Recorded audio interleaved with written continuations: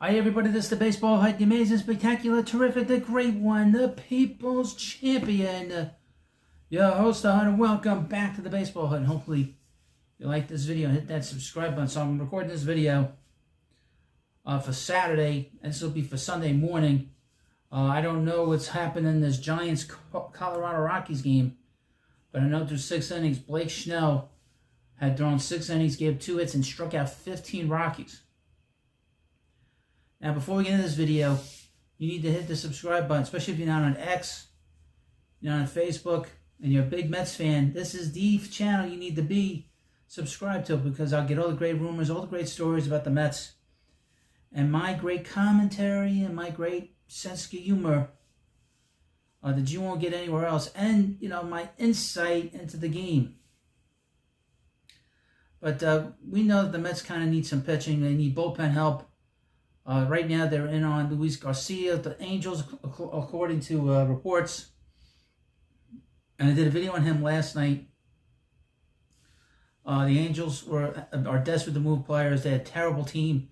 They're one of the more boring teams in baseball, and they're moving players. And as you know, they traded Carlos Estevez to the Phillies. So Mets have some work to do, specifically with the bullpen, but with the pitching staff, obviously not having Kodai Senga for the rest of the season. I knew when that injury happened that he was done, and I did a video on Friday saying that he was done, and he's done. And nothing we could do about it, but just hope that he recovers quickly. Thankfully, it's not a Achilles tendon rupture. It's just a strained calf, but it's a pretty significant injury. He's going to miss the rest of the season. So the Mets are going to need to find another starter. Now, your host wants to see the Mets get another starter, and I mentioned Blake Snell. Now, I was not for the Mets signing him because they would have had to give up a draft pick, the number 19th overall pick this past July. So I wasn't too enamored with this. But he is now on a roll after being on the injured list for a few weeks after coming back late to really didn't have a spring training. He signed really at the end of spring training and with the Giants, and he got hurt because they kind of rushed him back. He didn't have a normal spring training, and he was hurt, and now he's pitching like top-notch, as you expect a guy that's won 2 Cy Young Awards, specifically with 2 teams, one with the Tampa Bay Rays and last year with the Padres, and now he's pitching like a Cy Young Award winner. Now, he is currently making $32 million with the Giants this year, which you would think that the Mets would have to pay half of that, if not a little bit more than that, a little less than that.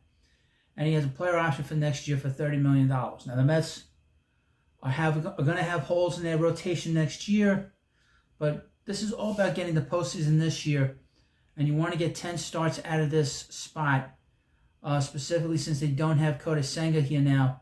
They have to find a pitcher that can really slide in and do the job. Now, the Mets have been very conservative, specifically David Stearns has been bringing a lot of players on the margins, specifically trying to sort of improve the aggregate in terms of each player he brings in is better than the player that he had here.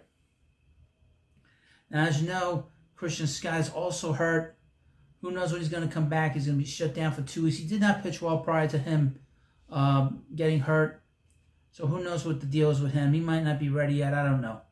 Also, Tyler McGill did not pitch great on Saturday against the Braves. He gave up 3-4 home runs.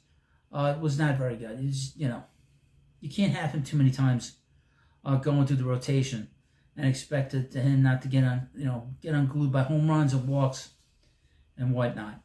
But Blake Snell has been a pitcher that he's a bit of a goofball. We know that. He has a weird pass in terms he doesn't go more than 5 innings. He's never done a complete game in the major leagues. It's funny, I saw this thing about Nolan Ryan. Nolan Ryan threw over 200-something, if not more, complete games, 300 complete games in his career.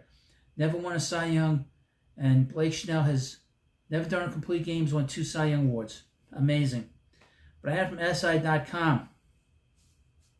Headline, Mets urged to acquire 2-time Cy Young Award winner and stunning move by insider. Could the Mets make one more major trade over the next few days? They haven't made one major trade yet. I mean, they made the trade Ryan Stanek on Friday, which is a significant move. But the Mets need more bullpen help, as you know. But bringing a pitcher of this caliber, this kind of hardware, that really puts the Mets in a good position, I think. How would the New York Mets handle the upcoming 2024 Major League Baseball trade deadline? And as you know, it is on Tuesday, 6 p.m. New York already has been active and acquired Ryan Stanek in the trade with the Seattle Mariners to add more depth to the bullpen. There still is more time for the Mets to make another, and there will be plenty of options over the next few days. The Mets don't necessarily need to add to the starting rotation due to the fact that they have a surplus of capable hurlers. Well, without Christian Scott and without Hakoda Singer, it's a little tricky. But if a star becomes available at the right price, that could change. The Athletics' Jim Bowden even suggested San Francisco Giants star Blake Snell is a possible option.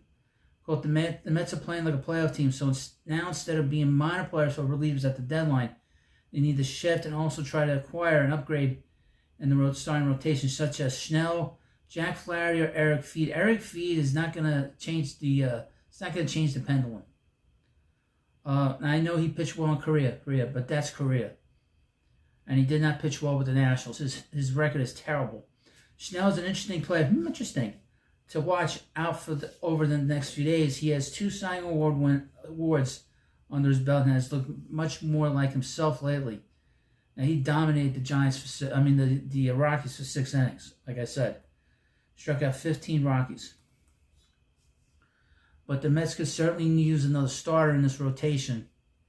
I wouldn't say desperately, but they could certainly use one to finish out the season. They need 10 starts out of a guy that's going to give them 8 wins. 7 to 8 wins from one spot in the rotation could make the difference between going home with 84 wins and going to postseason with 86 wins.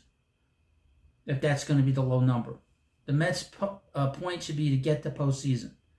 This guy would certainly help because then you won't be worrying about a young pitcher like Christian Scott pitching or a mediocre one like our buddy Tyler McGill. I don't know what the hell happened to the light here. I had a light and the light went out. What the hell? This is the kind of stuff you get here at the baseball hut. Lights go out. Turn the light back. Oh, here we go. Yeesh.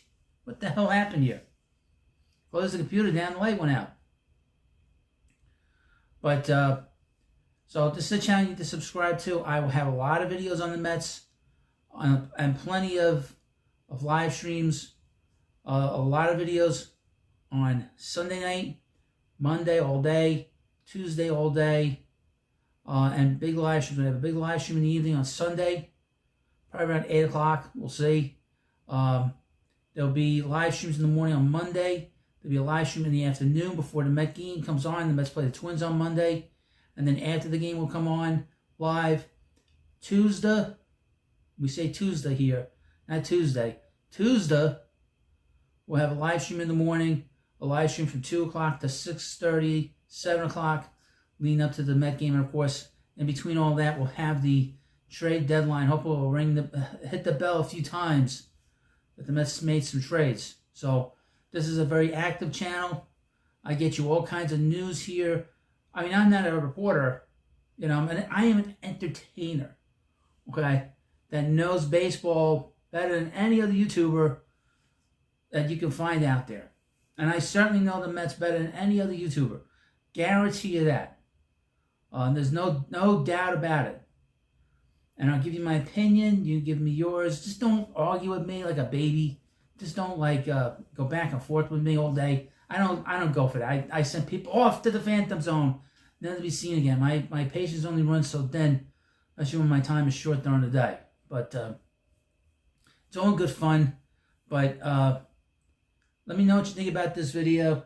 We'll see what kind of moves the Mets make prior to the deadline. I think their approach has changed a lot. They've gone from being reluctant buyers to now all in. Want to be all in on this, which means wanting to do the best they can to get to the postseason and do more than just get to the postseason. Do more than they did 2 years ago. Remember, they kind of did things on the edges 2 years ago with Bill Diapoli. He made a lot of minor moves that didn't really work out. You need to do a little bit better than say get a guy like Darren Ruff. They need to do a little bit better than get a useless player like Daniel Vogelbach. They need to do a little bit better than bring in a guy like, what the hell is his name, the pitcher they got from the Cubs. They need to do better than those guys. Michael Givens, they need to do better than that. Michael Givens was terrible for the Mets. His first down, he gave up like 20 runs. I mean, really. Well, anyway, Mets need to do better in this round, this next sort of move to postseason. We don't want a year where we have all this promise given to us over the course of this season, and then the general manager lays an egg. You know what I mean? You know what I'm saying? Well, thank you for watching this video, and of course, I appreciate the time you take to watch. Have a good day, and I'll see you later.